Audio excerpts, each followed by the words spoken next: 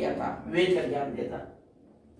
तो योग इंसान को सीधा बैठना है, अपनी दृष्टि को नाक पे रखना है, सांस और जो सांस ले रहे हैं छोड़ रहे हैं उस पर ध्यान करना है, बस कुछ करना नहीं है। खाली सीधा बैठ जाइए।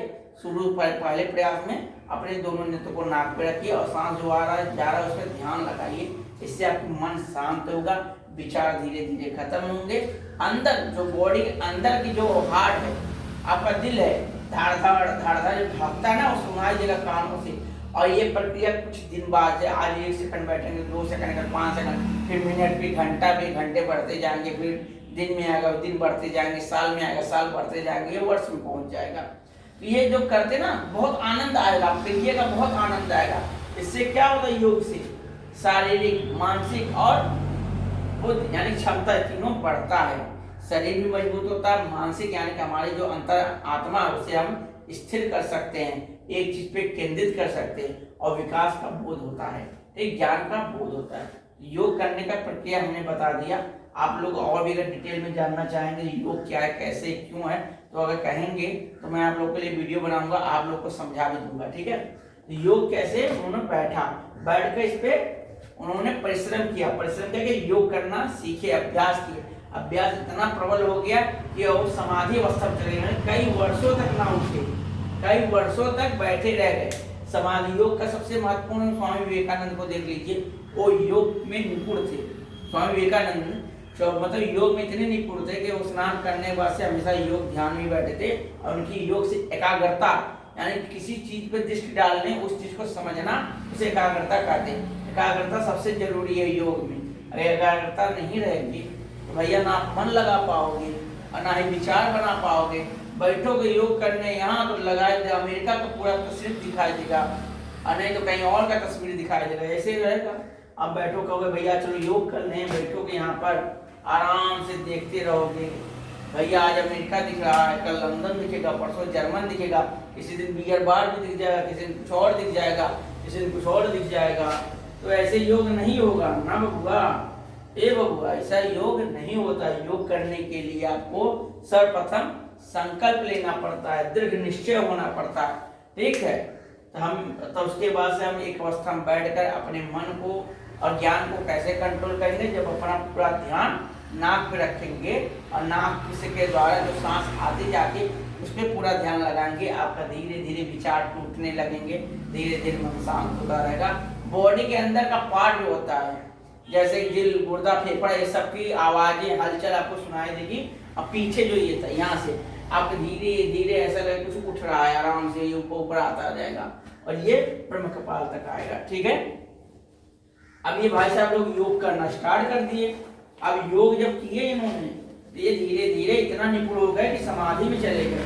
समाधि में जाने के बाद इन्होंने क्या किया, इनके अंदर विचार आना स्टार्ट हो गया, ठीक है। समाधि में जाने के बाद क्या हुआ, विचार आना स्टार्ट हो गया, ईश्वरीय ज्ञान। इनके अंदर केवल एक ही है, शंखनाद के बाद से इनके अंदर क्या हुआ, ज्ञान की उत्पत्ति होना स्टार्ट हो गया। जैसे गौतम बुद्ध क्या थे, ज्ञान थे, वो भी योग के माध्यम से क्या किए थे, ज्ञान को प्राप्त किए थे। गौतम बुद्ध कैसे ज्ञान प्राप्त, योग के माध्यम से ज्ञान। गौतम बुद्ध योग करना सीखे, योग इसको अष्टांग योग बोला जाता है। अष्टांग योग के बाद समाधि में गए, समाधि से उनको ईश्वरीय ज्ञान प्राप्त हुआ, ठीक है। उसके बाद उन्होंने धर्म का प्रचार प्रसार किया, ठीक है। वैसे ही भगवान है, ईश्वर है, सप्तऋषि ने क्या किया, वेद का निर्माण किया। और संसार में जितने भी महापुरुष हुए हैं उन्होंने क्या किया, वेद ही सिखा है, उन्होंने वेद की शिक्षा को आगे बढ़ाया है। कोई अलग से शिक्षा नहीं लाया, इसे ध्यान रखना, कोई अलग से ज्ञान नहीं लाया। वेद में जो ज्ञान है उसी को लोगों ने बढ़ाया है अपने अपने तरीके से, अपने अपने ढंग से, ठीक है। आपको समझ में आगे होगी तो देख ले भैया, चल रहा ऑनलाइन कितने बच्चे हैं। अरे दादा हो दादा, कमरिया टूट जा रहा है। चलो आज हम देख ज्ञान पता चल गया। पहले क्या किए, सप्तऋषि ने योग के साधना किया। पहले क्या किया, योग किया, योग से समाधि गए, समाधि के बाद से आपको पास ईश्वरीय ज्ञान का प्राप्त हो गया, ये इन्होंने किया। उसके बाद से अब देख लीजिए ईश्वरीय ज्ञान कैसे प्राप्त हुआ। ईश्वरीय ज्ञान क्या था, वेद था। ईश्वरीय ज्ञान क्या था, वेद ही निकला था, मन उच्चारण से निकला था, ठीक है। वेद में क्या क्या चीज है ये भी देखो, वेद में आता है अग्नि जी की पूजा बताया गया, वरुण देव का पूजा बताया गया है, पंच महाभूतों की पूजा बताया गया है, इंद्र जी का पूजा बताया गया है। ये सब पूजा पद्धति है। वेद बहुत बड़ा है। संसार में जितनी भी चीजें हैं प्रेजेंट और जितना वेद है सब वेद से है। वेद में क्या क्या है? जब हम योग में से समाधि में गए, समाधि से ईश्वर की ज्ञान जब प्राप्त हुआ, तो ये देखना आपको है सबसे पहले कि हमको क्या क्या चीज प्राप्त हुआ। पहले क्या प्राप्त हुआ? सृष्टि, यानी कि पूरा भूमंडल के ज्ञान के बारे में पता चला। फिर आयुर्वेद, धनुर्वेद, उसके बाद से शिल्प वेद, शिल्प माने कला वेद हो गया, ये सब वेद प्राप्त हुए। ठीक है, शिल्प वेद से शिक्षा, तो धनुर्वेद हो गया, आयुर्वेद का, शिल्प वेद हो गया, उपनिषद का जन्म हुआ वेद को अच्छे तरह से समझने के लिए। फिर उसके बाद से आपका चिकित्सा पद्धति हो गया, चिकित्सा पद्धति के बाद से आपको खगोल शास्त्र हो गया, भूगोल शास्त्र हो गया, गणित हो गया, उसके बाद से जीव विज्ञान हो गया, वैदिक विज्ञान हो गया। हर चीज वेद से निकला, जितना भी है वेद से। विज्ञान, वैदिक विज्ञान, आपका बस मैथ, साइंस, संस्कृत, ठीक है, शब्द का कोश, शब्द विवेचन, शब्द चीज, हर चीज का निर्माण वेद से हुआ है। ज्ञान ही वेद है। वेद क्या है? ज्ञान है। वेद को विद्यार्थ में क्या बोलते हैं? ज्ञान। ठीक है, तो मैं वेद को क्या बोले? विद्या ज्ञान। यहाँ से हमारा स्टार्ट हुआ जीवन का संचय। और इन्होंने क्या किया? ऋषियों ने इस ज्ञान को बढ़ाया शिष्यों के माध्यम से। ठीक है, वेद को दो भाग बोला जाता है। पहला क्या बोला जाता है? ठीक है, अब यहाँ पे टॉपिक समझ लें। वेद को क्या बोला जाता है? प्राचीन हिंदू धर्म माना जाता है, ग्रंथ माना। 4 प्रकार के वेद निकाले गए।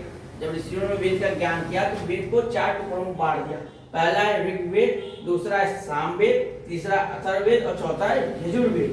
ठीक है, ये हो गया वेद भैया। 4 वेद उन्होंने बांट दिया। ठीक है, वेद एक आया, वेद को 4 भाग में उन्होंने बांट दिया। ठीक है, कौन कौन से वेद जब आया, ईश्वरीय ज्ञान प्राप्त हुआ, ऋषियों को इतना अधिक ज्ञान था कि उसको 4 भागों में बांट दिया, ताकि छोटा छोटा कर दिया, ताकि लोगों को समझ में आ गए। और ये 4 भागों को अलग अलग ऋषियों को प्राप्त किया, बताया गया। तो वो ऋषि उसी वेद को लेकर अपना प्रचार प्रसार के लोगों तक ज्ञान को पहुंचाए, क्योंकि ज्ञान ही है जो अंधकार को खत्म कर सकता। इस संसार में कहा जाता है ना बबुआ, ज्ञान है, जो ज्ञानी होता है ना वो पूरा विश्व विजेता होता है। ज्ञान जिसके पास है गला सूख रहा है, पूरा क्या होता है? विश्व को जीतने वाला होता है। बल रहेगा हर जगह, ज्ञान रहेगा। हमारे यहाँ आए थे, वो क्या नाम है उनका, भूल गए। अरे ये पूरी दुनिया जीत के भारत में आके हार गए।